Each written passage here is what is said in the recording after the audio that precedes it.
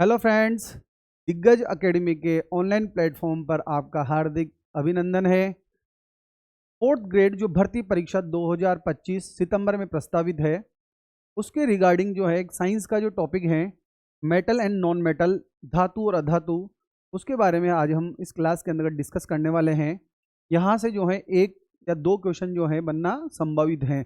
तो सबसे पहले जब हम आवर्त सारणी के बारे में बात करते हैं, इसमें थोड़ा धातु अधातु से पढ़ने से पहले अपन बात करते हैं हमारी आवर्त सारणी के अंतर्गत पीरियोडिक टेबल के बारे में बात करते हैं कि जो हमारी आवर्त जो सारणी होती है उसके अंतर्गत क्या होता है कि जो सबसे पहले जो आवर्त सारणी थी वो मेंडलीफ के द्वारा दी गई थी। जो मेंडलीफ की जो आवर्त सारणी थी वह परमाणु भार पर आधारित थी और आधुनिक जो आवर्त सारणी है, आधुनिक जो आवर्त जो सारणी है वो हेनरी मोजले के द्वारा दी गई है। और आधुनिक जो आवर्त सारणी है वो परमाणु क्रमांक पर आधारित है। और जो मेंडलीफ की जो आवर्त सारणी थी वो परमाणु भार के पर आधारित है। परमाणु भार का मतलब क्या होता है? प्रोटॉन प्लस न्यूट्रॉन की जो संख्या होती है उसे परमाणु भार कहते हैं, और प्रोटॉन की जो संख्या होती है उसे हम परमाणु क्रमांक से डिनोट करते हैं। तो अपन यहाँ पर बात करते हैं कि आवर्त सारणी में मेंडलीफ की आवर्त सारणी परमाणु भार पर आधारित थी, आधुनिक आवर्त सारणी जो है वो परमाणु क्रमांक पर आधारित थी। तो आवर्त जो सारणी है,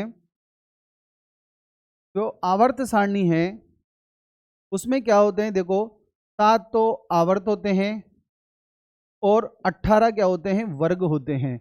आवर्त जो होते हैं वो होते हैं क्षैतिज जो स्तंभ होते हैं उन्हें आवर्त कहा जाता है, और जो ऊर्ध्वाधर जो स्तंभ होते हैं उन्हें हम क्या कहते हैं? वर्ग कहते हैं। अब आप लोग ये सोच रहे होंगे कि यहाँ आवर्त सारणी के बारे में बात क्यों की जा रही है, क्योंकि जब आवर्त सारणी को हम देखते हैं तो देखेंगे आप लोग जो आवर्त सारणी होती है उसके अंतर्गत इस प्रकार जो क्षैतिज जो स्तंभ होते हैं ये वाले, ये क्षैतिज जो स्तंभ होंगे इन्हें हम वर्ग, इन्हें हम आयत कहते हैं, और जो ऊर्ध्वाधर जो स्तंभ होते हैं ये इन्हें हम वर्ग कहते हैं। ये तो वर्ग कहलाएंगे, और ये क्षैतिज जो स्तंभ होते हैं उन्हें हम आवर्त कहते हैं। तो हम यहाँ देखेंगे कि जो आवर्त सारणी होती है उसके बाईं ओर और केंद्र में धातु स्थित होती हैं। हम अपने टॉपिक पे आ रहे हैं। आवर्त सारणी के बाईं ओर केंद्र में क्या होती है? धातु स्थित होती है, और दाईं ओर जो होती है वह अधातु स्थित होती है। दाईं ओर क्या होती है? अधातु स्थित होती है। और यहाँ पर जो है सीढ़ी नुमा जो तत्व होते हैं वो उपधातु कहलाती हैं। क्या कहलाती हैं? उपधातु कहलाती हैं। तो हम बात करते हैं कि आवर्त सारणी के बाईं ओर जो होती है और केंद्र में जो होती है वो तो होती है धातु होती हैं। केंद्र में जो होती है वो तो धातु होती हैं, और जो दाईं ओर स्थित होती है आवर्त सारणी में वो अधातु होती है, और धातु और अधातु के बीच में जो उपधातु स्थित होती है। यहाँ तक की बात हम आवर्त सारणी से समझ चुके हैं। अब अपन बात करते हैं सबसे पहले कि धातु क्या है, अधातु क्या है, और तत्व क्या होते हैं। इसके पहले हम तत्व के बारे में समझते हैं। तत्व क्या होता है? धातु अधातु पढ़ने से पहले हम बात करेंगे तत्व के बारे के अंतर्गत। तत्व क्या होते हैं? वह रासायनिक पदार्थ होते हैं जो शुद्ध होते हैं, और उनमें परमाणु जो होते हैं वो समान प्रकार के परमाणु होते हैं। तत्व किसे कहते हैं? जो रासायनिक रूप से क्या होते हैं? शुद्ध होते हैं, और समान प्रकार के परमाणु से मिलकर बनते हैं। समान प्रकार के परमाणु से मिलकर बनते हैं, तत्व कहलाते हैं वो। और एक वैज्ञानिक हुए हैं लेवोशिए, एक वैज्ञानिक हैं लेवोशिए। उन्होंने तत्व को कितने भागों में बांटा है? जो तत्व को लेवोशिए ने 2 भागों में बांटा है। एक तो होता है धातु और एक होता है अधातु। तत्व किसे कहते हैं? तत्व जो होते हैं वो समान प्रकार के परमाणु से मिलकर एक बना हुआ पदार्थ होता है, शुद्ध पदार्थ होता है। और लेवोशिए ने जो है तत्व को 2 भागों में बांटा है, एक तो धातु और एक अधातु के अंतर्गत बांटा है। जब तत्व की बात करते हैं हम कि वर्तमान समय में जो है अभी जो है 118 जो तत्व हैं वो खोजे जा चुके हैं। वर्तमान समय में जो है 118 तत्व जो हैं खोजे जा चुके हैं, और इसमें से जो है 98 जो तत्व होते हैं वो प्राकृतिक तत्व कहलाते हैं, और 20 जो तत्व होते हैं वो कृत्रिम रूप से संश्लेषित तत्व कहलाते हैं। तो 90 जो 8 हैं वो तो प्रकृति में मिले हुए तत्व हैं, और 20 तत्व जो है मानव के द्वारा निर्मित जो है कृत्रिम संश्लेषित तत्व कहलाते हैं। और इनमें से 112 जो तत्व हैं उनको मान्यता भी प्राप्त हो चुकी है। अब बात करते हैं तत्व के प्रतीक के बारे में। तत्व का जो प्रतीक है वो एक वैज्ञानिक वो हैं बर्जीलियस, एक वैज्ञानिक हैं बर्जीलियस। उन्होंने तत्वों का प्रतीक जो प्रणाली है वो किसके द्वारा दी गई है? बर्जीलियस के द्वारा दी गई है। तो यहां पर हम धीरे धीरे हम हमारे अपने टॉपिक पे आ रहे हैं कि जो है तत्व जो हैं दो प्रकार के बताए, एक तो धातु और एक होता है अधातु। तो सबसे पहले बात करते हैं धातु क्या होती है। धातु किसे कहते हैं? जो इलेक्ट्रॉन त्याग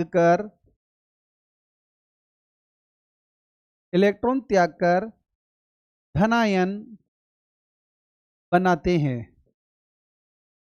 इलेक्ट्रॉन त्याग कर क्या बनाते हैं? धनायन बनाते हैं, उन्हें धातु कहते हैं। और अधातु किसे कहेंगे? जो इलेक्ट्रॉन ग्रहण कर ऋणायन बनाते हैं।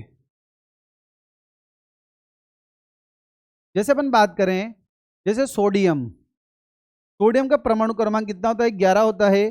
जब इसका विन्यास बनाते हैं तो 2, 8 और 1, 2, 8 और 1। इसके बाह्य कोश में कितना इलेक्ट्रॉन ज्यादा है? 1 इलेक्ट्रॉन ज्यादा है। तो सोडियम क्या करेगा? 1 इलेक्ट्रॉन त्याग देगा। तो सोडियम जो है वो 1 इलेक्ट्रॉन त्याग कर क्या बना लेता है? Na+ बनाता है। इसी प्रकार देखिए जो Cl है, इसका परमाणु क्रमांक कितना होता है? 17। इसका विन्यास बनाते हैं 2, 8 और 7। तो इसके बाह्य कोश में कितने इलेक्ट्रॉन हैं? 7 इलेक्ट्रॉन है। तो ये 7 इलेक्ट्रॉन तो त्याग नहीं सकता। इसके लिए क्या करेगा? ये 1 इलेक्ट्रॉन ग्रहण करके अपना अष्टक क्या करेगा? पूर्ण करेगा। यहां पर सोडियम ने अपना 1 इलेक्ट्रॉन त्याग कर क्या किया? अपना अष्टक पूर्ण किया। इसके बाह्य कोश में 8 इलेक्ट्रॉन हो गए, क्योंकि 8 इलेक्ट्रॉन होने पर ये स्टेबिलिटी को प्राप्त हो जाता है। इसके बाद देखिए यहाँ 8 इलेक्ट्रॉन होने के लिए 1 इलेक्ट्रॉन की आवश्यकता है। तो Cl क्या करेगा? 1 इलेक्ट्रॉन ग्रहण करके क्या बना लेगा? Cl- आयन बना लेगा। तो जो इलेक्ट्रॉन ग्रहण करते हैं वो धनायन कहलाते हैं, जो इलेक्ट्रॉन ग्रहण करते हैं वो क्या कहलाते हैं? ऋणायन कहलाते हैं। जो इलेक्ट्रॉन ग्रहण करेंगे वो ऋणायन है, जो इलेक्ट्रॉन ग्रहण करे त्यागते हैं वो धनायन बनाते हैं, वो धातु कहलाते हैं। अपन बात करते हैं कि जो धातुएं होती हैं इनकी डेफिनेशन समझ में आ चुकी होगी आपको कि जो धातुओं का एक अभिलाक्षणिक लक्षण क्या है? धनायन बनाना। धनायन बनाना जो है धातुओं का अभिलाक्षणिक लक्षण है। ये इलेक्ट्रॉन त्यागेगी और धनायन बनाएगी। और अधातु जो होगी वो इलेक्ट्रॉन त्याग कर क्या बनाएगी? ऋणायन बनाएगी। यहां तक आप लोगों को समझ में आ गया होगा धातु किसे कहते हैं और अधातु किसे कहते हैं। अब हम जो है धातु और अधातु के बीच में डिफरेंस जो है वो पीपीटी से समझते हैं कि धातुओं में और अधातुओं में अंतर क्या है। जैसे धातु जो होती है कठोर होती है, अधातु जो होती है वो नरम होती है, धातु जो होती है विद्युत की सुचालक होती है, अधातु कुचालक होती है। इस प्रकार कई प्रकार की जो है अंतर धातु और अधातु के अंदर देखने को मिलते हैं, वो अपन देखते हैं, देखेंगे। देखो सबसे पहले अपन तत्व के बारे में बात कर रहे थे कि जो तत्व होता है, तत्व के परमाणु को किसी भी रासायनिक या भौतिक अभिक्रिया के द्वारा हम अलग नहीं कर सकते हैं। तत्वों के जो परमाणु होते हैं उनको हम जो है किसी भी अभिक्रिया के द्वारा हम अलग नहीं कर सकते हैं, किसी भी अभिक्रिया के द्वारा अलग नहीं कर सकते हैं हम, क्योंकि तत्व जो होते हैं वो समान प्रकार के परमाणुओं से मिलकर बने होते हैं। तत्व जो होते हैं वो समान प्रकार के परमाणु से मिलकर बने होते हैं। अभी आप लोगों को समझाया मैंने कि जो तत्व होते हैं वो समान प्रकार के परमाणु से मिलकर बने होते हैं। और आवर्त सारणी में भी जो 118 तत्व जो है हमारे को स्थित हैं उसमें, और 112 तत्वों को क्या मिल चुकी है? मान्यता मिल चुकी है।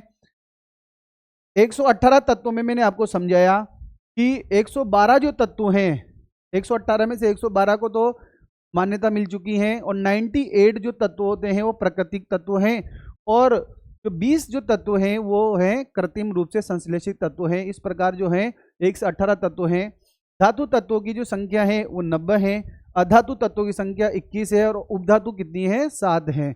इस प्रकार देखो, एक परमाणु तत्व कौन सा होता है, द्विपरमाणु तत्व कौन से होते हैं, उनके बारे में देखते हैं हम कि एक परमाणु तत्व जिसमें एक ही परमाणु होता है, जैसे हीलियम है, नियोन है, ऑर्गन है, क्रिप्टॉन है, जीनोन है, रेडॉन है, ये सब क्या कहलाते हैं? एक परमाणु तत्व होते हैं। द्विपरमाणु तत्व में दिख रहा है आपको ऑक्सीजन, नाइट्रोजन, हाइड्रोजन, द्विपरमाणु तत्व हैं। त्रिपरमाणु तत्व जैसे ऑक्सीजन, ये हमारा जो है ओजोन जो O3 है वो त्रिपरमाणु तत्व है। चतुर्परमाणु तत्व के अंदर बात करते हैं जो P4 है, ये चतुर्परमाणु तत्व हैं। तो तत्वों के आधार पर जो है परमाणु का क्लासिफिकेशन पढ़ा अपन ने। उसके बाद हमने बात करी कि लेवोशिये जो वैज्ञानिक हैं उन्होंने क्या करा, तत्वों को 2 भागों में बांटा, एक तो धातु और एक अधातु। अभी समझाया था मैंने आप लोगों को कि लेवोशिये ने तत्वों को 2 भागों में डिवाइड किया है, एक तो है धातु और दूसरा होता है अधातु। धातु के बारे में बताया कि इलेक्ट्रॉन त्याग करके क्या बनाती है? धनायन बनाती है। अधातु इलेक्ट्रॉन ग्रहण करके ऋणायन बनाती है। जो धातु होती है ना वो प्रकृति में स्वतंत्र अवस्था में भी पाई जाती हैं और संयुक्त अवस्था में भी पाई जाती है। याद रखिएगा आप लोग, जो धातुएं होती हैं वो प्रकृति के अंतर्गत जो है स्वतंत्र अवस्था में मिलती है। जैसे स्वतंत्र धातुएं सोना है, चांदी है, प्लेटिनम है, ये धातुएं स्वतंत्र अवस्था में मिलती है प्रकृति के अंतर्गत। इंपॉर्टेंट क्वेश्चन है कि प्रकृति के अंतर्गत स्वतंत्र अवस्था में मिलने वाली धातुएं कौन सी है? सोना, चांदी और प्लेटिनम। और संयुक्त रूप से भी जो धातुएं होती है वो दूसरी धातुओं के साथ मिलती हैं, संयुक्त रूप से भी पाई जाती है। धातुओं की चालकता के बारे में बात करते हैं अपन कि सबसे ज्यादा जो विद्युत की चालक होती है वो चांदी होती है, फिर चांदी के बाद कॉपर होता है, कॉपर के बाद सोना होता है। इंपॉर्टेंट क्वेश्चन है कि यहाँ से क्वेश्चन आ सकता है कि धातुओं की विद्युत चालकता के बारे में बात करते हैं कि धातुएं जो होती है विद्युत की चालक होती है, उसमें चालकता का क्रम क्या है? सबसे ज्यादा चांदी होती है, फिर चांदी के बाद कॉपर होता है, कॉपर के बाद सोना होता है। उसके बाद जो अगर बात करते हैं क्रियाशीलता की, तो सबसे ज्यादा क्रियाशील जो धातु होती है वो होती है पोटेशियम। सोडियम और पोटेशियम जो होती है क्रियाशील धातु होती हैं, इस वजह से इनको क्या है? केरोसिन में डुबो कर रखा जाता है। जैसे वायु में खुला छोड़ते हैं, ये ऑक्सीजन से क्रिया करके क्या कर लेती है? आग पकड़ लेती है। तो जब आपसे पूछा जाएगा कि स्वतंत्र अवस्था में कौन सी धातु मिलती है, तो फटाफट बोलिए सोना, चांदी और प्लेटिनम। धातु की चालकता के बारे में बात करेंगे तो सबसे ज्यादा चालकता चांदी की, फिर कॉपर की, फिर सोने की, और पोटेशियम जो है वो सबसे ज्यादा क्रियाशील जो होती है धातु होती है। सोडियम और जो पोटेशियम है उनको क्या है? केरोसिन में क्या करते हैं? हम डुबो कर रखते हैं, क्योंकि ये वायु की ऑक्सीजन से क्रिया करती है और आग पकड़ लेती है। अब अपन धातु और अधातु में अंतर की बात करते हैं। देखो, धातु और अधातु जो होता है, धातु के बारे में बात करें तो धातु जो होती है, देखिए आप लोग, धातु जो होती है और अधातु, इसके बारे में बात करते हैं तो सबसे पहले बात करते हैं इनकी अवस्था के बारे में बात करते हैं। अवस्था, धातु जो होती है वो ठोस अवस्था में पाई जाती है। धातु जो होती है वो ठोस अवस्था में पाई जाती है। और यहां पर जब बात करेंगे अधातु के बारे में, तो अधातु जो है वो ठोस और गैस दोनों अवस्था के अंतर्गत पाई जाती हैं। लेकिन यहां पर अपन जब बात करेंगे अपवाद के बारे में, और अपवाद जो भी होगा वो अपवाद ही परीक्षा के अंतर्गत जो है वो क्वेश्चन के रूप में आता है। जैसे अपन बात करते हैं मरकरी। मरकरी क्या है? एक प्रकार की धातु है, लेकिन ये क्या है? कमरे के ताप पर द्रव अवस्था में पाई जाती है। किस अवस्था में पाई जाती है? द्रव अवस्था में। तो धातु ठोस अवस्था में पाई जाती है, लेकिन जो मरकरी, मरकरी का मतलब है पारा, पारा जो है ऐसी धातु है जो द्रव अवस्था में पाई जाती है। उसके बाद बात करते हैं अधातु ठोस और गैस में पाई जाती है, लेकिन यहां पर भी क्या है? अपवाद है। जो ब्रोमीन है, जो ब्रोमीन है वो कौन सी अवस्था में पाई जाती है? गैसीय अवस्था के अंतर्गत पाई जाती है। मैं आपको वापस रिमेंबर करा रहा हूं कि यहां से जो क्वेश्चन बनेगा सिर्फ वही बनेगा जो अपवाद है। जैसे धातु ठोस अवस्था में, लेकिन अपवाद मरकरी जो है द्रव अवस्था में पाई जाती है। अधातु ठोस गैस में पाई जाती है, लेकिन जो ब्रोमीन है वो कौन सी अवस्था में पाई जाती है? गैस अवस्था में पाई जाती है। ये तो हो गई सबसे पहले बात करी अपन ने अवस्था के बारे में। दूसरी बात करते हैं इनकी चमक के बारे में। दूसरा जो लक्षण है इनका अंतर का, चमक। तो धातुओं में क्या होती है? चमक पाई जाती है। धातुओं में क्या होती है? जो चमक होती है उसको क्या बोलते हैं? धात्विक चमक बोलते हैं। क्या बोलते हैं इसको? धात्विक चमक पाई जाती है। लेकिन क्या होता है? अधातु में क्या होती है? धात्विक चमक अनुपस्थित होती है। लेकिन यहां पर भी एक अपवाद है, जो आयोडीन है। जो आयोडीन है उसके अंतर्गत क्या पाई जाती है? चमक पाई जाती है। धातुओं में धात्विक चमक होती है और अधातु में चमक अनुपस्थित होती है, लेकिन अपवाद जो है आयोडीन में क्या पाई जाती है, चमक पाई जाती है। उसके बाद देखिए आप लोग तीसरा अंतर जो बात करते हैं अपन, तीसरे जो अंतर की बात करते हैं वो है गलनांक और क्वथनांक। तो धातु और अधातु, गलनांक और क्वथनांक। गलनांक का मतलब है कि कोई भी पदार्थ जो होता है वो द्रव अवस्था में आ जाए उसे बोलेंगे, उसका ताप जो होता है उसको गलनांक कहेंगे, और जिस पर वो वाष्प अवस्था में बदल जाए उसको उसका क्वथनांक कहेंगे। तो आप देखिए कि गलनांक और क्वथनांक जो होते हैं ना वो धातुओं के क्या होते हैं, उच्च होते हैं। गलनांक और क्वथनांक जो होते हैं धातुओं के क्या होते हैं, उच्च होते हैं, और इसकी तुलना में अधातुओं के क्या होते हैं, गलनांक क्वथनांक कम होते हैं। यहां से क्वेश्चन आता है, लेकिन देखना आप लोग कि धातुओं के गलनांक और क्वथनांक क्या होते हैं, उच्च होते हैं, लेकिन सोडियम, पोटेशियम,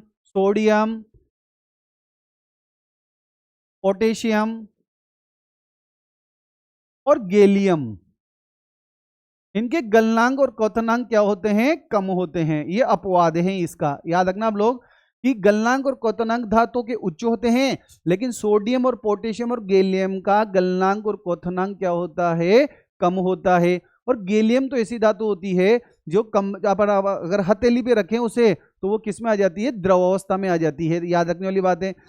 उधर बात करते हैं अधातु में, तो इनके जो गलनांक और क्वथनांक कम होते हैं, लेकिन अपन वहां पर भी एक अपवाद है, कार्बन और सिलिकॉन जो हैं इनके गलनांक और क्वथनांक जो होते हैं वो क्या होते हैं, उच्च होते हैं। यहां भी अपवाद हैं। तो अपवाद वाले जो क्वेश्चन हैं वो परीक्षाओं के अंतर्गत पूछे जाते हैं। तो इस प्रकार हम देख रहे हैं। इसके बाद देखिए आप लोग अगला गुण बात करते हैं अपन, तन्यता। तन्यता का मतलब है कि जो धातु होती है उसके तार बनाए जा सकते हैं। तो धातुओं में तन्यता का गुण होता है, अधातुओं में तन्यता का गुण नहीं पाया जाता है। उसके बाद बोलते हैं आघात वर्धनीयता। आघात वर्धनीयता, आघात वर्धनीयता का मतलब है कि धातु पर अगर अपन चोट मारते हैं तो उनकी पतली चद्दर बन सकती है। तो धातुओं में आघात वर्धनीयता का गुण पाया जाता है। यहाँ पर अधातुओं में आघात वर्धनीयता का गुण नहीं पाया जाता। उसके बाद बात करते हैं इनकी चालकता की बात करते हैं कि जो चालकता है, धातुएं जो होती हैं वो क्या होती है, विद्युत की सुचालक होती हैं, लेकिन जो लेड और जो है लेड वो क्या होता है, यहाँ अपवाद है। यहाँ लेड क्या है, अपवाद है। ये क्या होता है, कुचालक होता है। आता है प्रश्न परीक्षा में, ऐसी कौन सी धातु है जो कुचालक होती है, तो आंसर आ जाएगा लेड। धातुएं विद्युत की चालक होती हैं और अधातुएं क्या होती है, कुचालक होती है। लेकिन यहां पर भी एक अपवाद है, जो ग्रेफाइट होता है वो विद्युत का क्या होता है, चालक होता है। तो इस प्रकार हमने कुछ अंतर समझने का प्रयास किया है कि धातु और अधातु में क्या अंतर है। कि धातु ठोस अवस्था में पाई जाती है, अधातु ठोस और गैस में पाई जाएगी। यहाँ अपवाद मरकरी द्रव अवस्था में पाई जाएगा, अपवाद ब्रोमीन गैस अवस्था में पाई जाएगी। इनमें धात्विक चमक होती है, इनमें धात्विक चमक नहीं होती है। जैसे आयोडीन इसका अपवाद है। गलनांक क्वथनांक में बात करी तो धातुओं के गलनांक और क्वथनांक जो होते हैं उच्च होते हैं और अधातुओं के कम होते हैं। लेकिन यहाँ पर अपवाद है, सोडियम पोटेशियम गैलियम जी के गलनांक क्वथनांक क्या होते हैं, कम होते हैं, जबकि यहाँ कार्बन और सिलिकॉन के क्या होते हैं, उच्च होते हैं। धातु में तन्यता पाई जाती है, उसमें तन्यता नहीं पाई जाती। आघात वर्धनीयता पाई जाती है, उसमें आघात वर्धनीयता नहीं पाई जाती। चालकता का गुण पाया जाता है किसमें, धातु में, क्योंकि इलेक्ट्रॉन त्यागती है तो सुचालक होगी है। लेकिन अपवाद क्या है, लेड कुचालक है। इधर ग्रेफाइट जो है ये तो अधातु तो वैसे विद्युत की कुचालक होती है, लेकिन ग्रेफाइट में एक इलेक्ट्रॉन मुक्त अवस्था में रहता है, वो क्या करता है, विद्युत का चलन करता है। इस प्रकार अपन बात करते हैं कि जो धातुएं होती हैं उसमें जैसे अपन सोडियम की बात करें, पोटेशियम की बात करें, उसको आसानी से चाकू से काटा जा सकता है। ठीक है, इस प्रकार बहुत सारे जो अंतर हैं हमने डिस्कस किए हैं। अब अपन इसको पीपीटी के माध्यम से देखते हैं।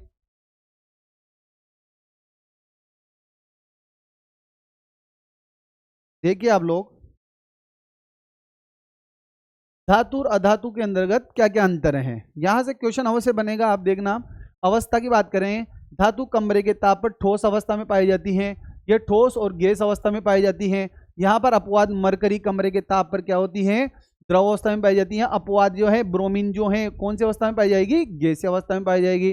धातुओं में धात्विक चमक होती है, जबकि यहाँ धात्विक चमक अनुपस्थित होती है। लेकिन अपवाद क्या है, आयोडीन में चमक पाई जाती है।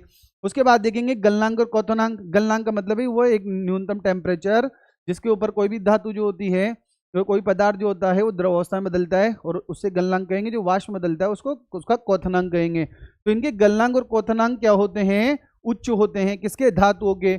इनके गलनांक और क्वथनांक क्या होंगे? कम होंगे। लेकिन यहाँ पर अपवाद है, ये क्वेश्चन परीक्षा में पूछा जा सकता है। याद रखिएगा आप लोग, सोडियम, पोटेशियम और गैलियम जो होते हैं इनके गलनांक क्वथनांक कम होते हैं। धातु हैं फिर भी कम है। उसके बाद अपवाद, यहाँ कार्बन और सिलिकॉन के गलनांक क्वथनांक क्या होते हैं? उच्च होते हैं। उसके बाद अगला देखिए, आगे देखना आप लोग कि घनत्व के बारे में बात करते हैं। जो घनत्व होता है, घनत्व क्या होता है? D बराबर m/v होता है। इकाई आयतन में उपस्थित अणुओं की जो संख्या होती है उसको घनत्व कहा जाता है। तो धातुओं के घनत्व क्या होते हैं? देखिए उच्च होते हैं और अधातु के घनत्व क्या होते हैं? कम होते हैं। लेकिन यहाँ पर भी एक अपवाद है, देखो सोडियम और पोटेशियम के जो घनत्व होते हैं ना वो कम होते हैं। धातु हैं लेकिन इनके घनत्व क्या है? कम है। अधातु में भी अपवाद है, हीरे का घनत्व क्या होता है? ज्यादा होता है। उसके बाद बात करते हैं तन्यता। समझाया कि धातु तन्य होती है, इनके वायर बनाए जा सकते हैं। जैसे अपन बात करें कि 1 ग्राम जो सोना है उससे 2 किलोमीटर लंबा तार बनाया जा सकता है। अधातुओं में तन्यता नहीं होती है। उसके बाद देखो आघात वर्धनीयता। आघात वर्धनीयता का मतलब होता है कि इसको पीटा जाए और पीट पीट कर क्या है? पतली चादर बनाई जा सकती है। जबकि इसमें आघात वर्धनीयता का गुण नहीं होता अधातु में, और अधातु अगर गिर जाती है तो वो चटक कर टूट जाती है क्योंकि वो भंगुर प्रकृति की होती है। भंगुर प्रकृति का मतलब होता है टूटकर बिखर जाना। तो अधातु की प्रकृति कैसी होती है? भंगुर प्रकृति होती है। चालकता के बारे में बात करेंगे, ये ऊष्मा की और ऊर्जा की क्या होती है? सुचालक होती है। यहाँ इंपॉर्टेंट है, ये क्वेश्चन आ सकता है कि ऐसी कौन सी धातु है जो विद्युत की कुचालक हैं? तो आप क्या आंसर दोगे? जो लेड होता है वो क्या है? धातु होने के बाद भी कुचालक है। यहाँ पर अधातुएं विद्युत की कुचालक होती हैं, लेकिन ये भी इंपॉर्टेंट क्वेश्चन है कि कौन सी जो अधातु हैं वो विद्युत की सुचालक होती है? वो आएगा आंसर ग्रेफाइट, क्योंकि उसमें एक इलेक्ट्रॉन जो होता है वो मुक्त अवस्था में होता है, वो विद्युत का चालन करता है। उसके बाद बात करें देखो कि कठोरता। जो कठोरता के बारे में बात कर रहे हैं कि कठोरता, धातु एक कठोर होती है और ये कोमल होती है। अपवाद इंपॉर्टेंट, सोडियम पोटेशियम मुलायम होते हैं, इनको हम चाकू से क्या कर सकते हैं? काट सकते हैं। और यहाँ अपवाद क्या है? हीरा। यहाँ क्या है? अपवाद हीरा, क्योंकि अधातु जो होती है कोमल होती है, लेकिन हीरा कैसा होता है? कठोर होता है। तो हम कुछ अंतर जो है यहाँ समझ चुके हैं और यहाँ से एक क्वेश्चन 100% बनेगा आप लोगों का। उसके बाद देखना आप लोग, सोडियम और जो पोटेशियम है वो क्या होती है? क्रियाशील होती है। क्रियाशील धातुएं होती हैं ये, इस वजह से इनको क्या है? केरोसिन में डुबो कर रखा जाता है। आपसे पूछा जा सकता है कि कौन सी धातुएं हैं जिनको केरोसिन में डुबो कर रखते हैं? तो सोडियम और पोटेशियम जो होती है उसको केरोसिन में डुबो कर रखते हैं क्योंकि क्रियाशील होती है, वायु की ऑक्सीजन से क्रिया करती है और ये आग पकड़ने लग जाती है। इस वजह से इनको किस में डुबो कर रखते हैं? हम केरोसिन में डुबो कर रखते हैं। तो आपको समझ में आया होगा कि धातु और अधातु जो होती हैं उनमें क्या क्या अंतर हैं और क्या क्या अपवाद हैं। जो अपवाद हैं वही क्वेश्चन है, मैं पहले बोल रहा हूं आपसे कि अपवाद हैं वही क्या है? क्वेश्चन है। इसके बाद अपन बात करते हैं कि धातु और अधातु के बीच में जो एक सीढ़ी नुमा जो आवर्त सारणी में एलिमेंट पाए जाते हैं उन्हें हम उपधातु कहते हैं। क्या बोलते हैं अपन? उन्हें उपधातु कहते हैं। तो थोड़ा सा अपन उपधातु के बारे में बात कर लेते हैं।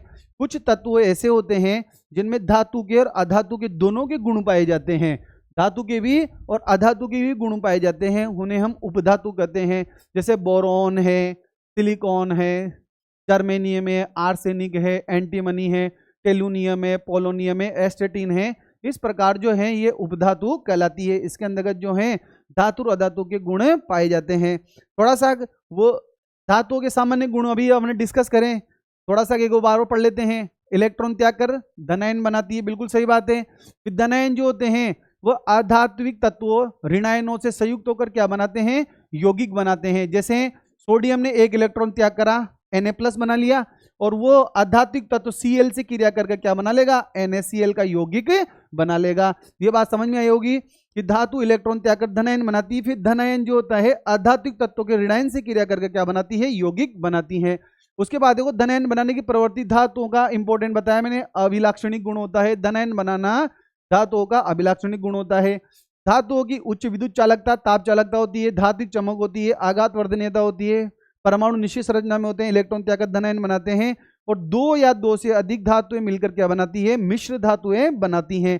जैसे अपन बात करें कॉपर, प्लस जस्ता जो मिलकर है वो क्या बनाती है, पीतल बनाती है। अभी पढ़ेंगे आगे बात। मिश्र धातु दो या दो से अधिक धातुएं मिलकर क्या बनाएगी, मिश्र धातु बनाती है। उसके बाद अगर देखिए आप लोग कुछ बातें और करते हैं अपन कि धातुओं में और अधातुओं में कुछ इंपॉर्टेंट बातें हो रहे हैं जो परीक्षा में हमसे पूछ सकते हैं कि धातु जो है और जैसे अपन बात करें कि जो लोहा है, लोहा धातु है, वो हमारे हीमोग्लोबिन में पाई जाती है। तो कुछ 4-5 बातें जो हैं हम इसके ऊपर डिस्कस करते हैं। देखो कि सबसे पहले बात करते हैं अपन कि सिक्का धातु क्या होती है। एक मिनट पीपीटी ले लेते हैं अपन ब्लैंक। तो सबसे पहले बात करते हैं सिक्का धातु। क्वेश्चन आ सकता है यहां से, सिक्का धातु क्या होती है।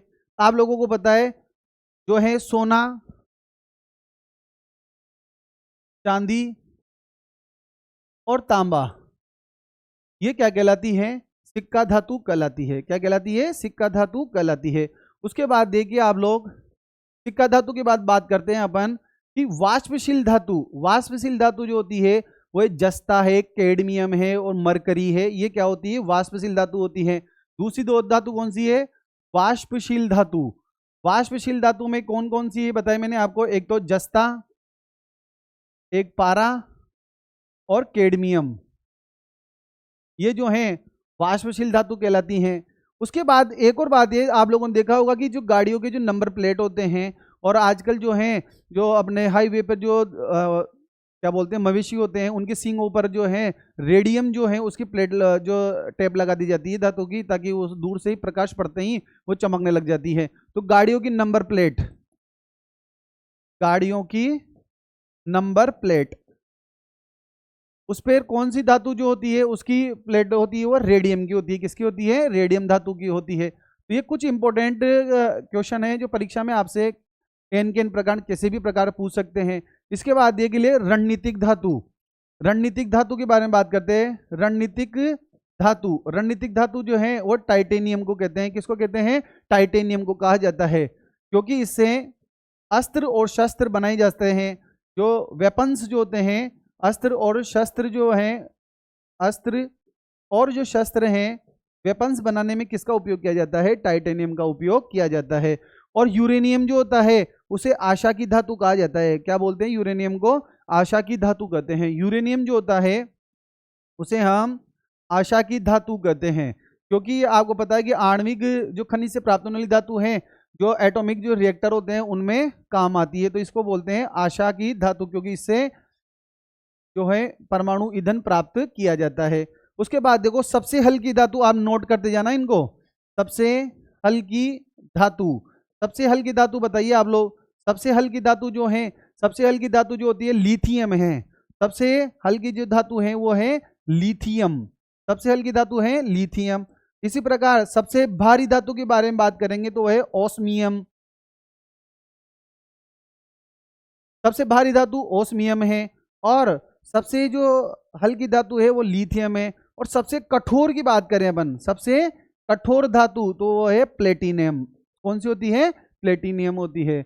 आप लोगों को समझ में आ चुका होगा कि ये कुछ क्वेश्चन हैं जो परीक्षा में आपसे एन के एन प्रकार डायरेक्ट पूछ सकते हैं कि सिक्का धातु किसे कहा जाता है, सिक्का धातु किसे कहते हैं, सोना चांदी तांबा को होते हैं। वाष्पशील धातु जस्ता हमारा जिंक है, पारा है, कैडमियम है।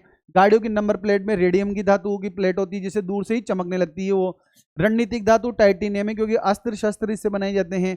यूरेनियम जो होती है उसे आशा की धातु कहा जाता है, क्योंकि ये आणविक जो ईंधन काम में आती है। सबसे हल्की धातु लिथियम, सबसे भारी धातु ओस्मियम और कठोर धातु है प्लेटिनम। उसके बाद देखिए आप लोग कि अपन बात करते हैं लोहे के बारे में। जो लोहा होता है, हमारा जो रुधिर होता है, रुधिर के अंतर्गत हीमोग्लोबिन होता है।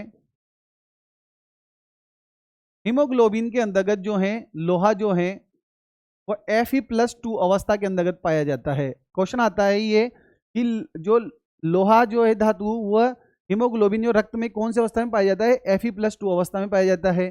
दूसरी बात लोहे से संबंधित बात करते हैं कि लोहे में क्या लगता है, जंग लगता है। जंग जो है एक तो हवा और नमी की उपस्थिति में लोहे पर जंग लग जाता है। क्वेश्चन आता है जंग लगने पर लोहे का भार घटता है बढ़ता है? तो भार क्या हो जाता है बताइए? बढ़ता है। याद रखना आप लोग, जो है भार बढ़ता है।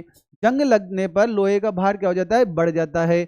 उसके बाद देखना आप लोग कि लोहे को जंग लगने से बचाने के लिए उसके ऊपर क्या करते हैं? जस्ते की परत चढ़ाते हैं। इंपॉर्टेंट क्वेश्चन, कि जंग से बचाने के लिए लोहे पर जंग न लगे उसके लिए लोहे पर जस्ते की परत चढ़ाते हैं। इसको बोलते हैं गैल्वेनीकरण, गैल्वेनिलाइजेशन बोलते हैं, गैल्वेनीकरण कहा जाता है। क्वेश्चन सीधा सीधा पूछा जा सकता है आपको, गैल्वेनीकरण किसे कहते हैं? तो आप बताओगे कि लोहे को जंग से बचाने के लिए उसके ऊपर जस्ते की परत चढ़ाई जाती है, उसे क्या बोलते हैं? गैल्वेनीकरण कहा जाता है। लोहे से संबंधित बात समझ गए। यहां से क्वेश्चन आ सकता है, मैं पहले बता रहा हूं आप लोगों को, फिर बाद में मत के ना आप लोग। रुधिर में Fe+2 अवस्था में पाया जाएगा। जंग से भार बढ़ जाता है, जंग न लगे जस्ते की परत चढ़ाई, जिसको गैल्वेनीकरण कहा जाता है। इसके बाद बात करते हैं अपन कि जो पत्तियां हैं, पौधे की जो पत्तियां हैं वो हरे रंग की होती हैं। याद है आप लोगों को? हरे रंग का उनमें एक वर्णक पाया जाता है, उसको बोलते हैं पर्णहरित, जिसे बोलते हैं क्लोरोफिल। क्या बोलते हैं उसको? क्लोरोफिल कहते हैं। और क्लोरोफिल के अंदर कौन सी धातु पाई जाती है? वो पाई जाती है मैग्नीशियम धातु पाई जाती है। ये कुछ क्वेश्चन है जनरल, ये जो आपसे पूछे जा सकते हैं कि जो पौधे की जो पत्तियां हैं उनमें क्लोरोफिल होता है, उसमें जो है मैग्नीशियम धातु पाई जाती है। आया समझ में आप लोगों को? उसके बाद बात करते हैं, देखिए टंगस्टन के बारे में। टंगस्टन, टंगस्टन आप लोगों ने देखा होगा कि जो हमारा जो विद्युत बल्ब होता है उसमें जो फिलामेंट होता है, विद्युत बल्ब का जो फिलामेंट होता है वो किसका बना होता है?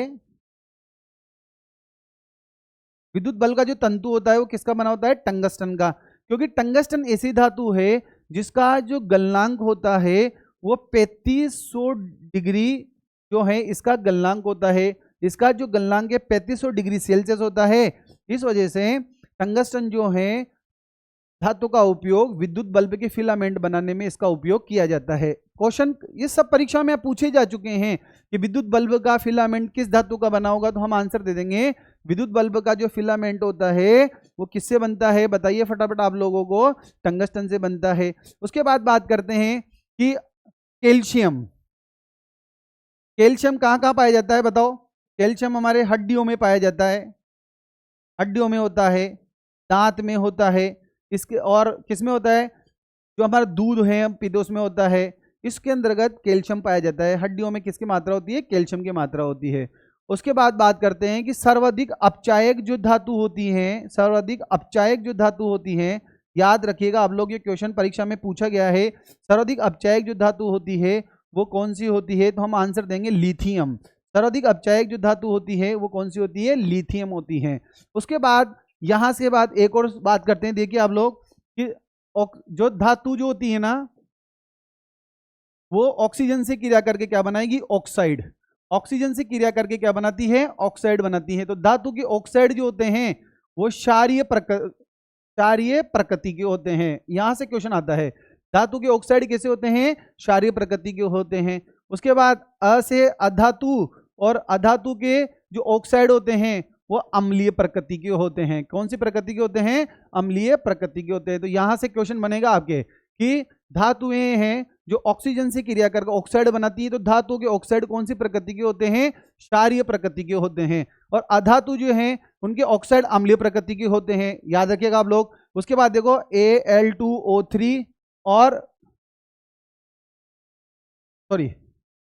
उभयधर्मी ऑक्साइड, जिसमें दोनों गुण होते हैं, वो है Al2O3 और लेड ऑक्साइड। ये क्वेश्चन कई परीक्षा में पूछा गया है कि उभयधर्मी ऑक्साइड जो हैं वो उसका उदाहरण बताइए। Al2O3 और लेड ऑक्साइड जो हैं वो क्या होते हैं? उभयधर्मी ऑक्साइड होते हैं। हमारा धातु क्षारीय प्रकृति का ऑक्साइड बनाएगा, अधातु अम्लीय प्रकृति का बनाएगा, और उभयधर्मी जो ऑक्साइड होता है वो Al2O3 और लेड ऑक्साइड जो होता है वो उभयधर्मी ऑक्साइड बनाता है। अब कुछ बात अपन बात करते हैं से संबंधित बात करते हैं। ये तो धातु की इंपोर्टेंट टर्म्स पढ़ी अपन ने, कौन कौन सी चीजें आपसे धातु से पूछी जा सकती है। इसी प्रकार अधातु से भी कुछ चीजें हैं जो परीक्षा में डायरेक्ट इनडायरेक्ट आपसे पूछ सकते हैं। जैसे सबसे पहले बात करते हैं वल्कनीकरण। वल्कनीकरण क्या होता है? वल्कनीकरण क्या होता है? तो सल्फर जो होती है, सल्फर क्या है? अधातु है। सल्फर क्या है? अधातु है। तो जब रबर का जब निर्माण किया जाता है तो रबर को सल्फर के साथ गर्म करना वल्कनीकरण कहलाता है। याद रखना, इंपॉर्टेंट क्वेश्चन। सल्फर अधातु है, तो रबर जो है, रबर का जब निर्माण किया जाता है तो उसको सल्फर के साथ गर्म करने की क्रिया क्या कहलाती है? वल्कनीकरण कहलाती है। यहां से क्वेश्चन आएगा। उसके बाद बात करते हैं कि हमारे जो घरों के अंतर्गत क्या होती है, जो सिलेंडर होते हैं, गैस के सिलेंडर जो एलपीजी होती है, आपको पता है वो रंगहीन और गंधहीन गैस होती है। लेकिन जब वो लीक हो जाए तो उसमें से एक प्रकार की गंध सी आती है और हमें पता लग जाता है कि जो हमारी जो एलपीजी है वो लीक हो रही है। तो घरेलू जो सिलेंडर होते हैं हमारे, जो घरेलू गैस होती है हमारी सिलेंडरों के अंतर्गत, जो गैस सिलेंडर होते हैं उसके अंतर्गत जो लीक होने पर जो एक अजीब सी बदबू आती है, वो किसकी आती है? मरकैप्टेल मिलाया जाता है। उसके अंदर क्या मिलाया जाता है? मरकैप्टेल मिलाया जाता है। ये भी क्या है? एक प्रकार की अधातु है। याद रखना आप लोग कि जो हमारी एलपीजी जो है वो तो रंगहीन और गंधहीन होती है, लेकिन इसका पता लगे कि लीक हो रही है तो उसके लिए हम उसके अंदर क्या मिला दिया जाता है? मरकैप्टेल मिला दिया जाता है, जिससे पता लगता है कि गैस लीक हो रही है। क्वेश्चन आ जाता है परीक्षा के अंतर्गत। सब चीज इंपॉर्टेंट चल रही है यहाँ पर, अनावश्यक बात कुछ भी नहीं है। उसके बाद देख लिया आप, माचिस बनाने में, जो माचिस बनाने में किसका उपयोग करते हैं? लाल फास्फोरस का उपयोग करते हैं। ये भी क्या है? फास्फोरस अधातु है। जो है माचिस बनाने में किसका उपयोग करते हैं? लाल फास्फोरस। और फास्फोरस का ही एक यौगिक है जिंक फास्फाइड। जिंक फास्फाइड जो चूहे मारने की जो दवाई आती है उसके अंतर्गत जिंक फास्फाइड का उपयोग किया जाता है। उसके बाद देखिए आप लोग, लाल फास्फोरस जो है माचिस बनाने में, और जिंक फास्फाइड जो है वो चूहे मारने की दवाई जो है उसके अंतर्गत इसका उपयोग किया जाता है। और अपन बात करते हैं कि अब थोड़ा सा बात करते हैं अपन अक्रिय गैसों के बारे में। किसके बारे में बात करते हैं? अक्रिय गैस, जो क्रिया नहीं करती हैं। जैसे अपन ने बात करा, हीलियम है, नियोन है, ऑर्गन है, जिनोन है, क्रिप्टॉन है, रेडोन है, ये सब क्या कहलाती हैं? अक्रिय गैसें कहलाती हैं। Helium, neon, organ, krypton, xenon, radon, ये जो है सब अक्रिय गैसें कहलाती है। और एक वैज्ञानिक और रैमजे, उनके द्वारा अक्रिय गैसों की खोज की गई थी। अब अपन बात करते हैं अक्रिय गैस में, सबसे पहले बात करते हैं हीलियम की। किसकी बात करते हैं? हीलियम की बात करते हैं। तो आप लोगों ने देखा होगा, कई बार क्वेश्चन पूछा गया है परीक्षा के अंतर्गत कि वायुयान के टायर जो होते हैं और गुब्बारों के अंतर्गत क्या भरा जाता है? हीलियम भरी जाती है। वायुयान के टायर हैं और जो गुब्बारे होते हैं उनके अंतर्गत कौन सी गैस भरी जाती है? वो हीलियम गैस भरी जाती है। उसके बाद जो गोताखोर होते हैं, गोताखोर और जिनको अस्थमा होता है, उनको जो है ऑक्सीजन और हीलियम गैस का जो मिश्रण होता है वो दिया जाता है। याद रखना आप लोग, उसका उपयोग गोताखोर और अस्थमा के रोगी जो हैं ऑक्सीजन और हीलियम गैस के जो मिश्रण का उपयोग करते हैं। उसके बाद बात करते हैं जो विद्युत बल्ब होता है। जो विद्युत बल्ब होता है, विद्युत बल्ब के अंतर्गत देखना आप, कौन सी गैस भरी होती है? बताइए आप। ऑर्गन गैस भरी होती है। चाहे ट्यूबलाइट हो, विद्युत बल्ब हो, उसके साथ नाइट्रोजन गैस उसके अंतर्गत भरी जाती है। ये सब क्वेश्चन परीक्षा में आए हुए हैं। याद रखना आप लोग कि गोताखोर और अस्थमा के रोगी जो हैं वो ऑक्सीजन और हीलियम के मिश्रण का जो है उपयोग करते हैं, और विद्युत बल्ब के अंतर्गत ऑर्गन और नाइट्रोजन गैस का मिश्रण भरा जाता है। आ चुकी है आप लोगों को समझ में बात। उसके बाद जब अपन बात करते हैं कि अब थोड़ा सा एक स्पेसिफाई बात करते हैं हम कि जो है तत्व जो है वायुमंडल में, बात करते हैं कि तत्व जो हैं वायुमंडल में कितने हैं। जैसे वायुमंडल में बात करते हैं तो नाइट्रोजन, नाइट्रोजन गैस कितने प्रतिशत पाई जाती है? 78% पाई जाती है। ऑक्सीजन गैस, उसके बाद आर्गन गैस, CO2 गैस। तो ऑक्सीजन गैस बताइए कितनी पाई जाती है? 20 पॉइंट, और आर्गन जो कितनी पाई जाती है? 0.9%।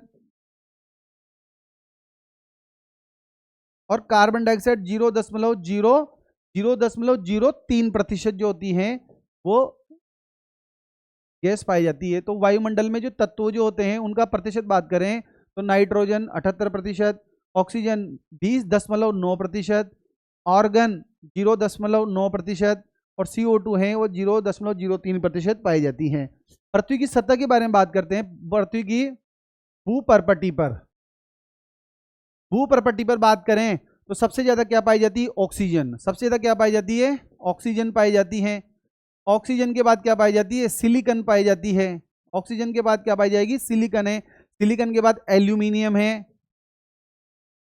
और एल्यूमिनियम के बाद क्या पाया जाएगा? लोहा पाया जाता है। ये पृथ्वी की जो भूपर्पटी है उसके बारे में बात कर रहे हैं अपन। और पृथ्वी की जो सतह है संपूर्ण सतह, उस पर कौन सी? एल्यूमिनियम पाई जाती है। क्या पाई जाती है? सबसे ज्यादा एल्यूमिनियम पाया जाता है। हमारे शरीर के अंदर सबसे ज्यादा क्या पाया जाता है? कैल्शियम धातु पाई जाती है। कौन सी धातु पाई जाती है? कैल्शियम धातु पाई जाती है, जो हड्डी और दांतों में जो है कैल्शियम के बने होते हैं। इस प्रकार देखिए आप लोग, कुछ बात हमने की है यहाँ पर। उसके बाद एक टर्म अपन पढ़ रहे थे मिश्र धातु के बारे में, इसको भी थोड़ा सा पढ़ लेते हैं। मिश्र धातु क्या होती हैं? दो या दो से अधिक जो धातुएं मिलकर क्या बनाती हैं? मिश्र धातु बनाएगी। मिश्र धातु जो होती है, जैसे अपन बात करते हैं पीतल के बारे में, Cu+Zn मिलकर क्या बनाता है? पीतल बनाता है। याद रखना, कई परीक्षा में पूछा गया है पीतल किससे मिलकर बनता है? कॉपर प्लस जस्ता मिलकर क्या बनेगा? पीतल बनेगा। जैसे कांसा, Cu+Sn मिलकर क्या बनेगा? कांसा बनेगा। उसके बाद जैसे गन मेटल के बारे में बात करते हैं, जो गन मेटल है वो किससे मिलकर बनता है? कॉपर है, जिंक है और Sn है। कॉपर, जिंक और Sn जो है इनसे मिलकर क्या बनता है? कॉपर, जिंक और टिन से मिलकर क्या बनती है? गन मेटल बनता है। तो आप लोग और एक और होता है जर्मन सिल्वर, देख लो आप लोग। जर्मन सिल्वर किससे मिलकर बनता है? कॉपर, जिंक और निकल से। कॉपर, जिंक और निकल जो मिलेगा वो क्या बनाएगा? जर्मन सिल्वर बनाएगा। तो मिश्र धातु उसे कहते हैं जो दो या दो से अधिक धातु मिलकर एक नई धातु बनाती है। जैसे पीतल Cu+Zn से मिलकर बनता है, कांसा Cu+Sn से मिलकर बनता है, कांसा टिन से मिलकर। उसके बाद गन मेटल कॉपर है, जिंक है और टिन से मिलकर बनेगा। जर्मन सिल्वर में कॉपर और जिंक के साथ क्या बन जाएगा? निकल मिल जाएगा, तो उससे क्या बन जाएगी? गन मेटल बन जाएगी। तो आप लोग देख रहे होंगे कि हमने धातु और अधातु के बारे में बात की है। अब थोड़ा बहुत पीपीटी से अपन समझ लेते हैं कि सामान्य जीवन में कुछ महत्वपूर्ण यौगिक, यहां से भी क्वेश्चन पूछे जाते हैं, जल्दी जल्दी पढ़ लेते हैं इसको अपन हम। कि सामान्य जो हमारा जीवन है उसके अंतर्गत जो है सबसे पहले अपन बात करते हैं सोडियम क्लोराइड जो है, किसके बारे में बात कर रहे हैं? सोडियम क्लोराइड के बारे में। जो सोडियम क्लोराइड जो होता है, याद है आप लोगों को, इसे साधारण नमक कहा जाता है। और सोडियम क्लोराइड जो होता है वो समुद्र में या जो झीलें होती है खारे पानी की, उनसे प्राप्त किया जाता है। तो सोडियम जो क्लोराइड प्राप्त होता है उसमें मैग्नीशियम और पोटेशियम की अशुद्धि पाई जाती है। इसको दूर करने के लिए हाइड्रोक्लोरिक एसिड जो गैस है, HCl गैस है हमारी, उसको प्रवाहित करके क्या प्राप्त किया जाता है? सोडियम क्लोराइड प्राप्त किया जाता है। तो पढ़ लेते हैं फटाफट जल्दी से। सोडियम क्लोराइड का सूत्र क्या होता है? NaCl होता है, याद रखना आप लोग। NaCl जो होता है सोडियम क्लोराइड का सूत्र होता है। और जो समुद्र से, झीलों से जो पानी मिलता है, वाष्प बनकर उनसे नमक प्राप्त किया जाता है। और नमक में मैग्नीशियम की और पोटेशियम की क्या पाई जाती है? अशुद्धता पाई जाती है। और उसको हाइड्रोक्लोरिक गैस प्रवाहित करके क्या प्राप्त किया जाता है? शुद्ध सोडियम क्लोराइड प्राप्त किया जाता है। अब आप लोगों को पता है नमक के क्या क्या उपयोग है। नमक का उपयोग याद है आपको? सबसे पहला तो हमारा भोजन का आवश्यक अंग है, याद है आप लोगों को? दैनिक जीवन का आवश्यक अंग है। उद्योगों में उपयोग किया जाता है। जमाव मिश्रण बनाने में, जो जमाव मिश्रण जो बनता है उसमें नमक का उपयोग किया जाता है। आप लोगों को बताओ, जो कुल्फी वगैरह जो बेचते हैं वो क्या करते हैं? जो बर्फ होता है उसमें नमक डाल देते हैं ताकि वो बर्फ पिघलती नहीं है। दूसरा, खाद्य सामग्री के परिरक्षण में काम लिया जाता है। जैसे मांस है, मछली है और मक्खन है, इनका जब ट्रांसपोर्ट किया जाता है तो इन पर नमक लगाकर रख दिया जाता है ताकि लंबे समय तक ये परिरक्षित रहते हैं। साबुन का अवक्षेपण जो साबुन बनाए जाते हैं तो उसके विलयन का अवक्षेपण मतलब जमाने के लिए नमक का उपयोग किया जाता है। और आयन विनिमय रेजिन जो क्रिया होती है उसमें किसका उपयोग किया जाता है? नमक का उपयोग किया जाता है। जहां जहां मैं इंपॉर्टेंट लगा रहा हूं वो क्वेश्चन अपने आप में इंपॉर्टेंट रहेंगे, याद रखना आप लोग। उसके बाद आता है अगला सोडियम कार्बोनेट। सोडियम कार्बोनेट देखो Na2CO3, फॉर्मूला है Na2CO3।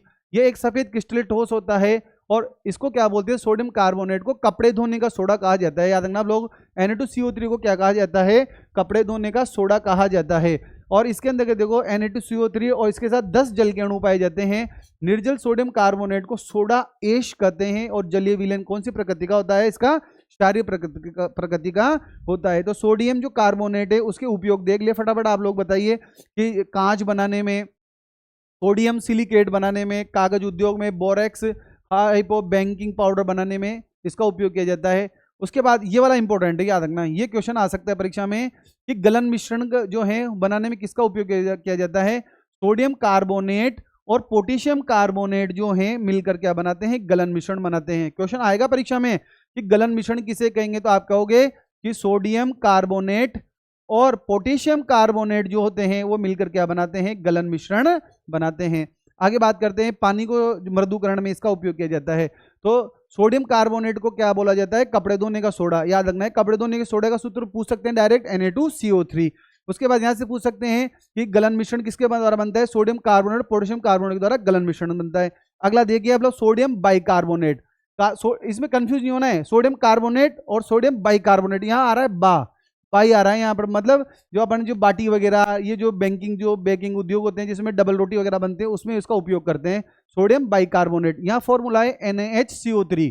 फॉर्मूला क्या है? NaHCO3। ये छोटे छोटे फॉर्मूले तो आपको याद रखने हैं क्योंकि एक सूत्र तो अवश्य पूछा जाएगा मिलान करने वालों में आपसे। सोडियम कार्बोनेट का तो क्या होता है? Na2CO3 और सोडियम बाइकार्बोनेट का होता है NaHCO3। इसको बोलते हैं खाने का सोडा। जो हमारा मीठा सोडा होता है, खाने का सोडा, वही यही है सोडियम बाइकार्बोनेट। ये जल में कम विलय होता है लेकिन गर्म करने पर क्या होता है? ये सोडियम कार्बोनेट बना लेता है। देखो बेकिंग पाउडर जो बनाने में इसका उपयोग किया जाता है, प्रयोगशाला में, सोडा बाइकार्ब औषधि में, और आग बुझाने के जो यंत्र होते हैं, क्वेश्चन आता है परीक्षा में, आग बुझाने वाले जो संयंत्र होते हैं, अग्निशमन जो संयंत्र होते हैं, उसमें किसका उपयोग किया जाता है? सोडियम बाइकार्बोनेट का। जब सोडियम बाइकार्बोनेट जो होता है उसका उपयोग करते हैं तो ये CO2 गैस में को रिलीज करता है और CO2 गैस जो होती है वो आग बुझाती है। तो आग बुझाने में किसका उपयोग करते हैं? सोडियम बाइकार्बोनेट का। और इनो जो हम पीते हैं, जो गैस वगैरह बनती है, तो इनो जैसे फ्रूट साल्ट बनाने में किसका उपयोग किया जाता है? सोडियम बाइकार्बोनेट का। जो मैं इंपॉर्टेंट लगा रहा हूँ ये मान लेना आप लोग, परीक्षा के लिए अति इंपॉर्टेंट है, वो महत्वपूर्ण क्वेश्चन है। उसके बाद अगला देखेंगे हम, देखिए आप लोग कि सोडियम हाइड्रोक्साइड को बोलेंगे कास्टिक सोडा। कष्ट देने वाला सोडा होता है ये, इस वजह से कास्टिक नाम से पता लगा, कास्टिक सोडा कष्ट देता है ये क्या करता है? दाहक प्रकृति का होता है, जिसे चमड़ी को जला देता है, इस वजह से को कास्टिक सोडा कहते हैं। देखिए इसका उपयोग साबुन उद्योग में, अपमार्जक कागज, सिल्क उद्योग में किया जाता है, पेट्रोल को शुद्ध करने में, प्रयोगशाला में अभिकर्मक के रूप में, कार्बन डाइऑक्साइड के अवशोषण में, रंजक उद्योग में, बॉक्साइड जब सांधन करते हैं तो उसमें किसका उपयोग किया जाता है? सोडियम हाइड्रोक्साइड का। आप क्वेश्चन ऐसे पूछा जाएगा आपको, कास्टिक सोडा का सूत्र क्या है? कास्टिक सोडा किसे कहते हैं? सोडियम हाइड्रोक्साइड को कहा जाता है। उपयोग देख लेना आप लोग। उसके बाद अगला देखिए आप लोग, सिल्वर नाइट्रेट। यहां से क्वेश्चन आएगा, यहां से क्वेश्चन बन सकता है कि लूनर कास्टिक का सूत्र क्या है? तो आप बता दोगे AgNO3। आपसे पूछेंगे लूनर कास्टिक का सूत्र बताइए, आंसर देंगे आप लोग AgNO3, इसको सिल्वर नाइट्रेट कहते हैं। उसके बाद यहां से क्वेश्चन बनेगा, देखना कि जो वोटिंग के अंतर्गत और पल्स पोलियो में जो बच्चों की जो दवाई पिलाने के बाद जो चिन्ह शाही लगाई जाती है ना, उसको बोलते हैं अमिट शाही। तो अमिट शाही बनाने में किसका उपयोग किया जाता है? सिल्वर नाइट्रेट का उपयोग किया जाता है। और रजत दर्पण बनाने में भी किसका उपयोग किया जाता है? सिल्वर नाइट्रेट का उपयोग किया जाता है। यहां से क्वेश्चन बनेगा, अमिट शाही बनाने में किसका उपयोग किया जाता है? सिल्वर नाइट्रेट का। रजत दर्पण बनाने में किसका उपयोग किया जाता है? सिल्वर नाइट्रेट का। याद रखने वाली बात है, इंपॉर्टेंट। और लूनर कास्टिक का सूत्र क्या है? AgNO3। अब आगे बात करते हैं AgBr, सिल्वर ब्रोमाइड। इसका उपयोग किसमें करते हैं? फोटोग्राफी में करते हैं। जो फोटोग्राफी होती है उसमें किसका उपयोग करते हैं? सिल्वर ब्रोमाइड का और सिल्वर नाइट्रेट दोनों का उपयोग किया जाता है। इसके बाद अगला देखेंगे अपन, फिटकरी। इंपॉर्टेंट है, फिटकरी का सूत्र भी पूछा जा सकता है आपको, K2SO4 Al2SO4 K2SO4 Al2SO4 का होल थ्राइस डॉट 24H2O। इसके अंदर जो है ये जो 24 जल के अणु होते हैं उसको क्रिस्टलन जल कहते हैं। जब फिटकरी को गर्म किया जाता है तो ये फूल जाती है क्योंकि इसमें क्रिस्टलन जल की मात्रा अधिक पाई जाती है। और ये एल्यूमिनियम सल्फेट और पोटेशियम जो सल्फेट होता है उसका क्या होता है? द्विक लवण कहलाता है। इंपॉर्टेंट है, देखो जल के मृदुकरण में और जल में अघुलनशील जो कण होते हैं उनका स्कंदन का मतलब होता है जमाना। स्कंदन का मतलब होता है जमाना। आप लोगों को देखा होगा, आप लोगों ने जो बार्बर होते हैं वो जब दाढ़ी बनाते हैं तो उसमें कट लग जाता है तो वो रक्त को जमाने के लिए फिटकरी का उपयोग करते हैं, क्योंकि ये क्या करते हैं? रक्त का भी स्कंदन करती है फिटकरी। उसके बाद अगला है इंपॉर्टेंट, याद रखना आप लोग, नीला थोथा। इंपॉर्टेंट क्वेश्चन आ सकता है, जो कॉपर सल्फेट आज से पूछा जाएगा कि नीला तोथा का सूत्र क्या होता है? CuSO4.5H2O। कॉपर सल्फेट को नीला तोथा कहा जाता है। यह एक नीले रंग के चमकीला क्रिस्टल पदार्थ होता है और गर्म करने पर जल के अणु क्या कर देता है, त्याग देता है। जैसे कॉपर सल्फेट के जो 5 जल के अणु हैं, इसको 373 केल्विन पर जब गर्म किया जाता है तो ये क्या करता है, 4 जल के अणु त्याग देता है। फिर 423 पर गर्म करते हैं तो कॉपर सल्फेट बनता है। ये कॉपर सल्फेट जो बना है उसे क्या बोलते हैं, नीला तोता कहा जाता है। तो पूछ सकते हैं कि नीला तोता किसे कहते हैं, CuSO4 को कहा जाता है। अब यहां से क्वेश्चन कौन सा आएगा, देखना आप लोग, यहां से क्वेश्चन आएगा आपसे कि बोर्डो मिश्रण किससे बनता है, तो आप क्या कहोगे, कॉपर सल्फेट। क्वेश्चन है बोर्डो मिश्रण, तो आप बोलोगे कॉपर सल्फेट प्लस चूने का जो मिश्रण होता है, चूने का जो मिश्रण होता है उसे बोलते हैं बोर्डो मिश्रण कहा जाता है। वेरी वेरी मोस्ट, बोर्डो मिश्रण किसे कहा जाता है, कॉपर सल्फेट और चूने का मिश्रण जो होता है बोर्डो मिश्रण कहलाता है। इसका उपयोग कवकनाशी के रूप में करते हैं। किसमें करते हैं, कवकनाशी में। तो कॉपर सल्फेट का सूत्र पूछा जाएगा आपसे, नीला तोता जो होता है उसे नीला तोता कोई कॉपर सल्फेट जो है CuSO4 उसका फॉर्मूला है। और इस बोर्डो मिश्रण जो है कॉपर सल्फेट और चूने का मिश्रण बोर्डो मिश्रण कहलाता है, जिसका उपयोग कवकनाशी के रूप में किया जाता है। याद रखेंगे, जहां जहां इंपॉर्टेंट लग रहे हैं ना वो क्वेश्चन आप परीक्षा में देख लेना आप लोग।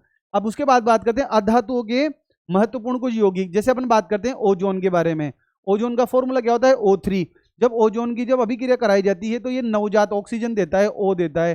तो नवजात ऑक्सीजन जो होता है ना वो ऑक्सीकारक प्रकृति का होता है। किस प्रकृति का होता है, ऑक्सीकारक। और आपको पता है कि ओजोन जो गैस होती है वो अल्ट्रावायलेट जो किरणें होती है, पराबैंगनी किरणें, उनको रोककर हमारी क्या करती है, रक्षा करती है। इसको तो ओजोन को क्या बोलते हैं, सुरक्षा परत भी कहा जाता है। और आपको पता है कि 16 सितंबर को ओजोन दिवस मनाया जाता है। याद है आप लोगों को, 16 सितंबर को ओजोन दिवस मनाया जाता है। 16 सितंबर जो 1987 के अंतर्गत जो है वो मॉन्ट्रियल समझौता हुआ था ओजोन परत के संरक्षण के लिए। ओजोन परत के संरक्षण के लिए जो मॉन्ट्रियल समझौता हुआ था, तब से ही अपन जो है 16 सितंबर को ओजोन दिवस मनाते हैं। उसके बाद देखना आप लोग, कृत्रिम रेशम के निर्माण में विरंजक के रूप में, यहाँ ये इंपॉर्टेंट है, ओजोन का उपयोग रोगाणुनाशक के रूप में, पीने के पानी को शुद्ध करने में ओजोन का उपयोग, कीटाणुनाशक और हवा को शुद्ध करने में इसका उपयोग किया जाता है। उसके बाद देखेंगे अपन, देखो hydrogen peroxide, important, hydrogen peroxide जो है फॉर्मूला है H2O2। हाइड्रोजन पेरोक्साइड जो होते हैं ना उसमें ऑक्सीकारक और अपचायक दोनों के गुण पाए जाते हैं। हाइड्रोजन पेरोक्साइड जो होता है, याद रखने वाली बात है कि हाइड्रोजन पेरोक्साइड जो होता है उसमें ऑक्सीकारक और अपचायक दोनों के गुण पाए जाते हैं, लेकिन इसमें ऑक्सीकारक गुण क्या होते हैं, अधिक पाए जाते हैं। इसके बाद देखना आप लोग कि आप लोगों ने देखा होगा कि हमारे जो पुराने जो चित्र होते हैं, फोटो होती है, वो क्या हो जाती है, मटमेली हो जाती है।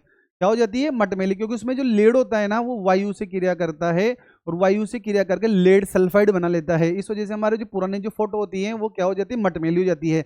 लेकिन जैसे अपन H2O2 से उसकी क्रिया करा देते हैं ना तो लेड सल्फेट बन जाते हैं और पुराने जो चित्र होते हैं हमारे वो क्या हो जाते हैं, चमकीले हो जाते हैं। तो यहाँ से क्वेश्चन आ सकता है, आप लोगों से पूछ सकते हैं, वेरी वेरी मोस्ट क्वेश्चन है कि हाइड्रोजन पेरोक्साइड ऑक्सीकारक गुणों का उपयोग करके जो पुराने जो चित्र होते हैं हमारे उनको चमकाने के लिए किया जाता है। क्योंकि जो लेड होता है ना चित्रों में वो वायुमंडल की क्रिया से करके H2S गैस से क्रिया करता है और लेड सल्फेट जो है PBS में बदल जाता है और ये कैसे रंग के चित्र हो जाते हैं, मटमेले हो जाते हैं। और जब ये PBS की क्रिया अपन किससे करा देते हैं, H2O2 से करा देते हैं, तो लेड सल्फेट बनता है PbSO4। तो इससे जो है सफेद रंग का होता है चित्र, वापस चमक जाते हैं। तो पुराने चित्रों को चमकाने के लिए किसका उपयोग किया जाता है, हाइड्रोजन पेरोक्साइड का उपयोग किया जाता है। उसके बाद आप लोगों ने देखा होगा कि जो हमारे घाव हुए चोट होते हैं उनमें रोगाणुनाशक के रूप में भी किसका उपयोग किया जाता है, हाइड्रोजन पेरोक्साइड का उपयोग किया जाता है। उसके बाद अगला इंपॉर्टेंट बात यहाँ पर, हाइड्रोजन पेरोक्साइड जो है वो रॉकेट ईंधन के ऑक्सीकारक के रूप में भी उपयोग में लिया जाता है। कई परीक्षा में आ चुका है प्रश्न कि रॉकेट का जो ईंधन होता है उसके ऑक्सीकारक के रूप में किसका उपयोग करते हैं, हाइड्रोजन पेरोक्साइड का उपयोग करते हैं। उसके बाद अगला क्वेश्चन है, देखो सौंदर्य प्रसाधन और दवा आदि में भी इसका उपयोग किया जाता है। तो हाइड्रोजन पेरोक्साइड के बारे में क्या पढ़ा, पुराने चित्रों को चमकाने में, और जो रॉकेट का ईंधन है उसके ऑक्सीकारक के रूप में, सौंदर्य प्रसाधन के रूप में भी इसका उपयोग किया जाता है। देखते रहिए आप लोग, जहाँ जहाँ इंपॉर्टेंट लग रहा है वहाँ मैं आपको बता रहा हूँ कि वही याद करना है आपको। अमोनिया, अमोनिया का जो फॉर्मूला है वो है NH3। तो अमोनिया का उपयोग नाइट्रोजन जो युक्त उर्वरक हैं जैसे अमोनियम नाइट्रेट है, जितने भी हम खेतों में उर्वरक का उपयोग करते हैं, यूरिया है, अमोनियम फास्फेट है, अमोनियम सल्फेट बनाने में किया जाता है। उसके बाद यहाँ से क्वेश्चन आ सकता है ये वाला कि जो बड़ी बड़ी बर्फ की फैक्ट्रियां होती हैं उसमें प्रशीतक के रूप में किसका उपयोग किया जाता है, अमोनिया गैस का उपयोग किया जाता है। क्वेश्चन आएगा, बड़ी बड़ी बर्फ की फैक्ट्रियों में प्रशीतक के रूप में कौन सी गैस का उपयोग किया जाता है, अमोनिया का। उसके बाद अमोनिया का उपयोग विस्फोटक पदार्थ बनाने में भी किया जाता है। उसके बाद जो हमारे कपड़ों पर अगर तेल के, चर्बी के, घी के धब्बे लग जाते हैं तो अमोनिया से क्या करते हैं, उसको साफ किया जा सकता है। उसका बाद देखो हमारे जो बालों को कलर करने वाले जो पदार्थ आते हैं, दवाएं, सौंदर्य प्रसाधन, उनमें किसका उपयोग किया जाता है, अमोनिया का उपयोग किया जाता है। यहाँ से क्वेश्चन ये पूछेगा, अमोनिया का फॉर्मूला पूछ सकता है आपसे, या फिर इसका उपयोग पूछ सकता है कि प्रशीतक के रूप में। ठीक है, अगली बात करते हैं अपन नाइट्रिक अम्ल। नाइट्रिक अम्ल का फॉर्मूला याद रखिएगा HNO3।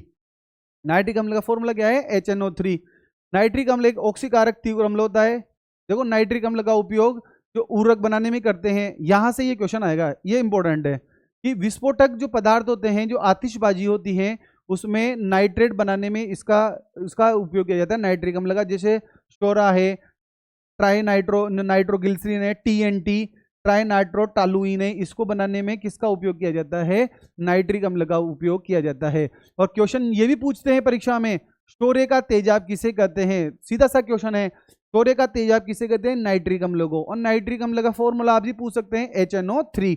यहां से क्वेश्चन कैसे बनेंगे, शोरे के तेजाब का सूत्र बताइए, नाइट्रिक अम्ल, HNO3।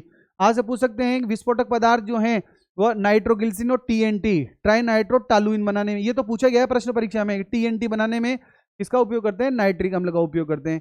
उसके बाद ये वाला रॉकेट के ईंधन के ऑक्सीकरण में भी काम में लिया जाता है।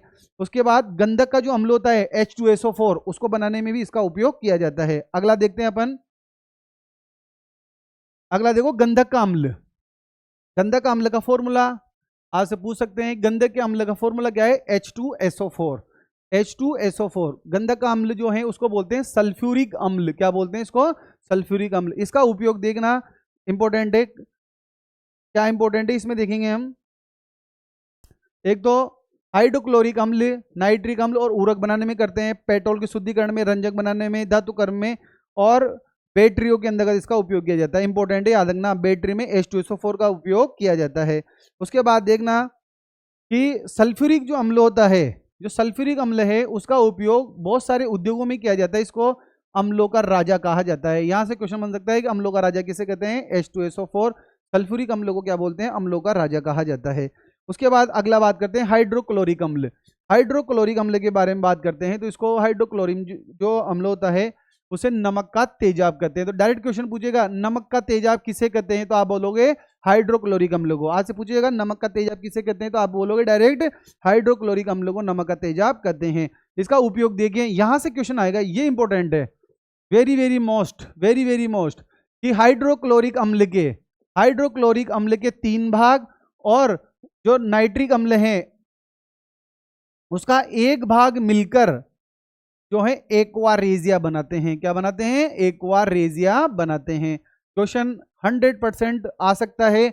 एक्वारेजिया जो है वो किससे बनता है, तो हम कहेंगे हाइड्रोक्लोरिक अम्ल के 3 भाग में नाइट्रिक अम्ल का 1 भाग मिलाते हैं तो उससे एक्वारेजिया बनता है, और जिसके अंतर्गत धातुएं विलय होती हैं, जिसमें धातुएं विलय होती हैं उसे हम क्या बोलते हैं, एक्वारेजिया कहते हैं। याद रखने आप लोग, एक्वारेजिया किससे बनता है, हाइड्रोक्लोरिक अम्ल के 3 भाग में नाइट्रिक अम्ल का जब हम 1 भाग मिला देते हैं तो उससे एक्वारेजिया बनता है, और एक्वारेजिया में धातु विलय होती हैं। उसके बाद देखो ये भी इंपॉर्टेंट है, क्लोरीन गैस बनाने में विरंजक चूर्ण बनाया जाता है जिसका उपयोग पानी को शुद्ध करने में किया जाता है। इस प्रकार जो है हाइड्रोक्लोरिक अम्ल का फॉर्मूला याद रखना, HCl नमक का तेजाब कहते हैं इसको, और नाइट्रिक अम्ल का 1 भाग और हाइड्रोक्लोरिक अम्ल के 3 भाग मिलकर क्या बनाते हैं, एक्वारेजिया बनाते हैं जिसमें धातुएं विलय होती है।